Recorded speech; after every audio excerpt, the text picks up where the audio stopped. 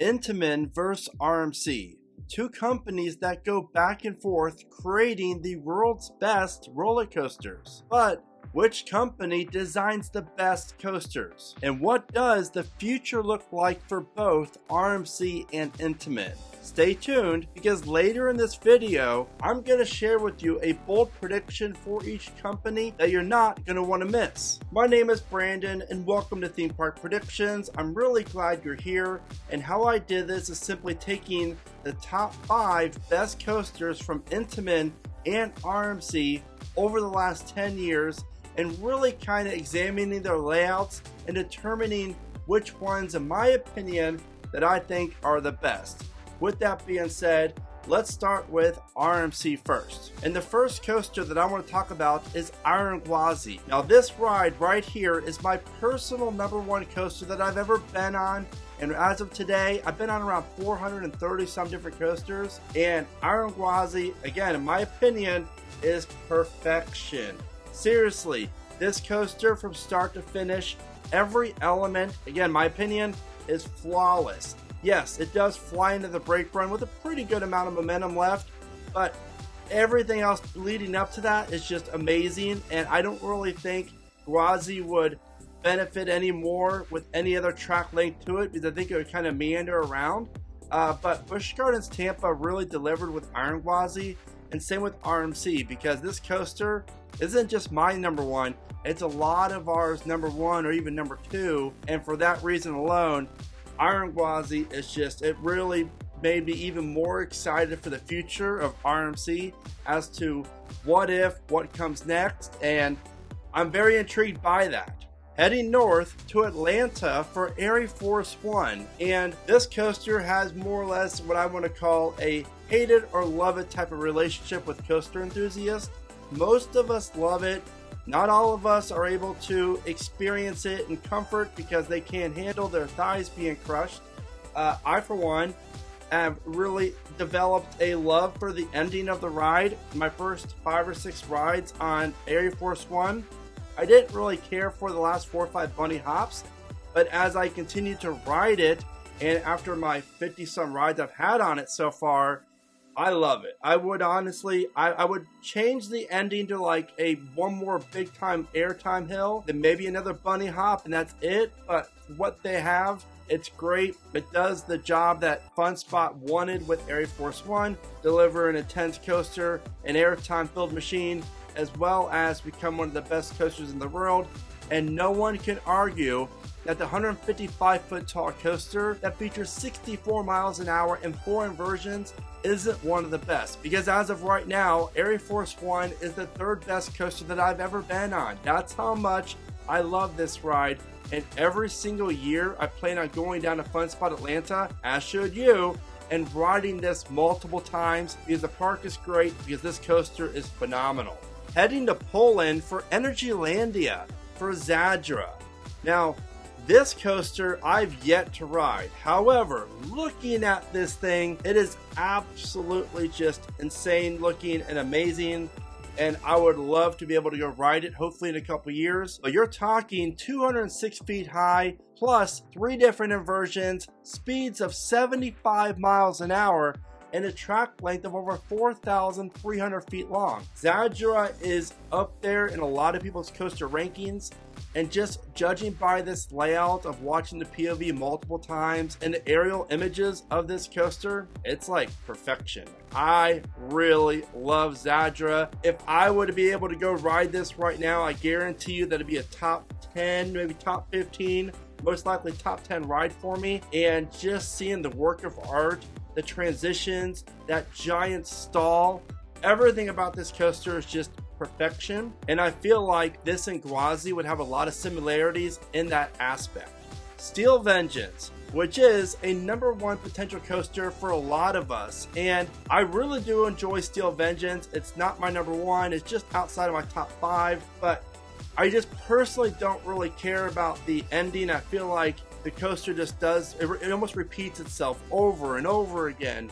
But with that being said, you really cannot beat this massive structure of this incredible coaster. You have one of the best first drops ever created. On top of that, The two outward banked airtime hills are, oh my gosh, they're absolutely insane. And then obviously the foreign versions and all the other airtime hills that you're going to find on Steel Vengeance. It really is a really solid coaster.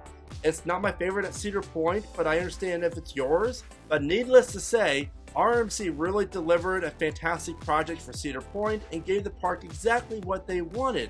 And you cannot argue that Steel Vengeance cannot be in the conversation for the best coaster ever created. Now, speaking of airtime, if you're like me, and chances are you are, we both share the same love for airtime.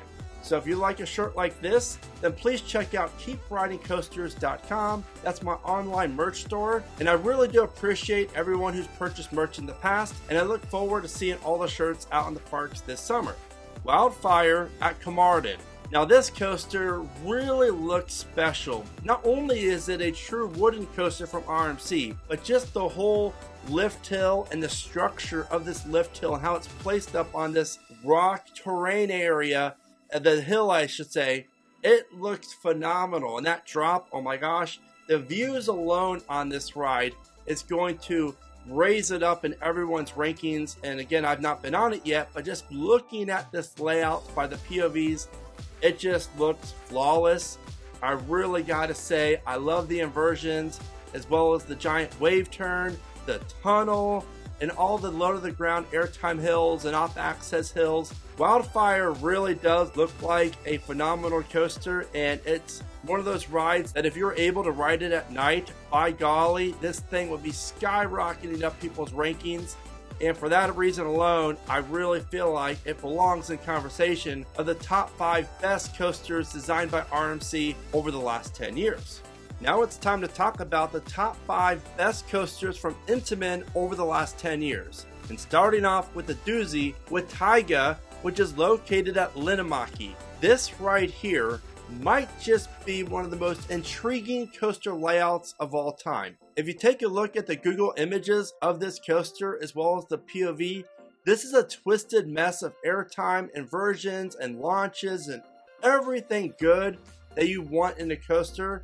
On top of that, you're sitting in probably the most comfortable coaster restraints and trains ever created.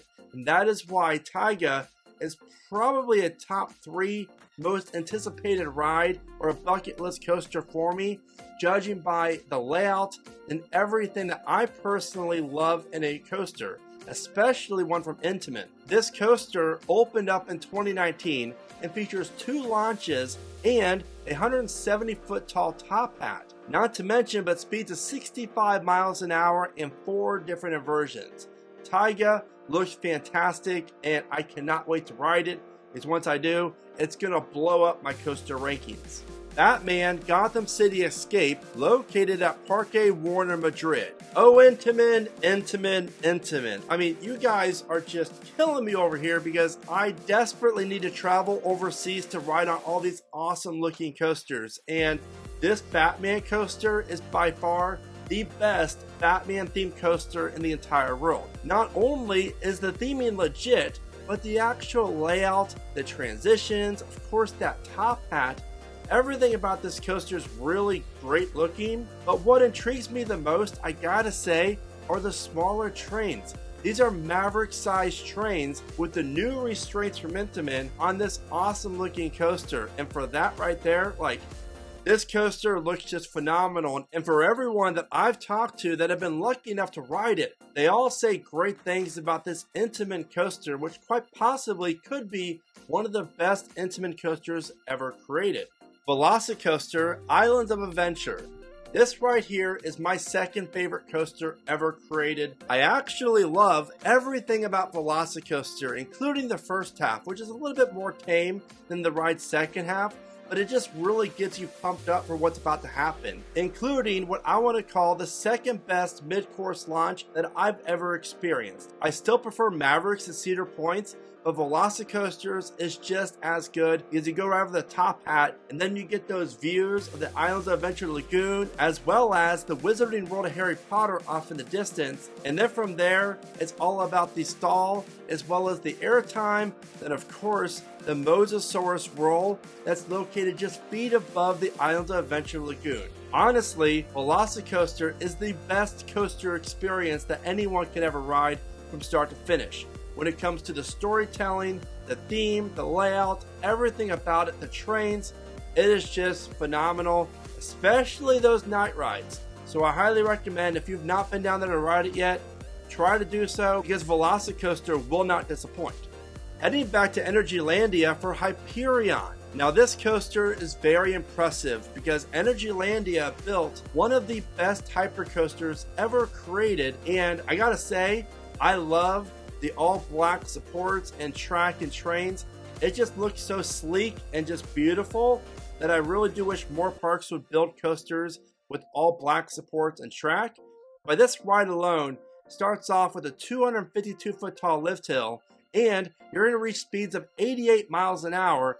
But this hypercoaster is unlike most out there because it offers an inversion as the turnaround element for the ride that then leads into more airtime hills as well as intense elements, which makes Hyperion, in my opinion, one of the best coasters that Intamin has ever created. Definitely within the last 10 years for sure.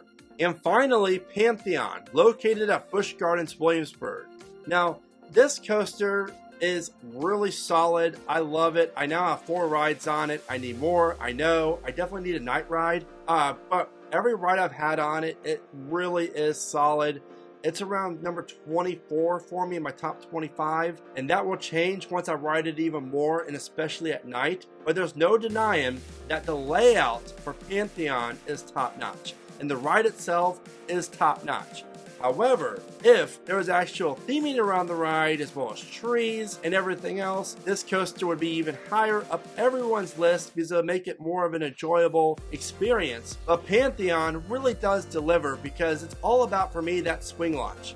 That swing launch is phenomenal. The airtime that you get, plus the rollback, and then the vertical spike, and then as you travel up and over the top hat, and I really do love the stall.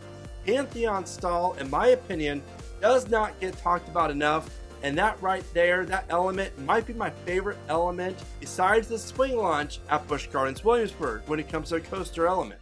So there you have it. Those are my top 5 coasters from Intamin and RMC that have been built over the last 10 years. But that does not answer the question, which company is better and which has the better future? With Intamin's portfolio of different types of coasters and rides, I feel like they're in a better position to expand and build better coasters, but I do think RMC still obviously has what it takes to build phenomenal rides, but they're just a smaller company that can only produce 2 or 3 major coasters every single year.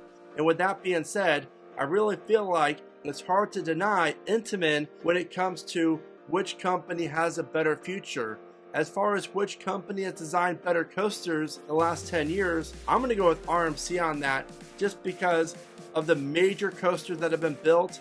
RMCs usually stand out a little bit more than Intamin's, in my opinion, but I still feel like Intamin is the better overall company, and Intamin's my personal favorite roller coaster company.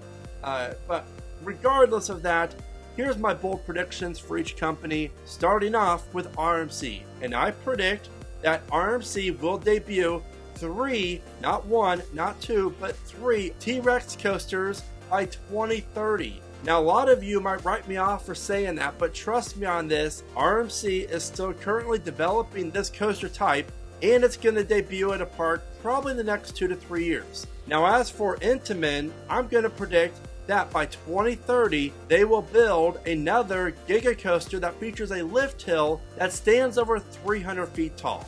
So far, I've been on around 14 different RMC coasters, and if you're curious as to how I rank each one, then this video is definitely for you, and you can find it at the bottom of your screen right now. So now that you know my thoughts regarding Intamin versus RMC, what are yours, and which company do you think has a better future ahead of itself? With all that being said, thank you so much for watching. Remember to smile today, think positive, and of course, keep riding coasters.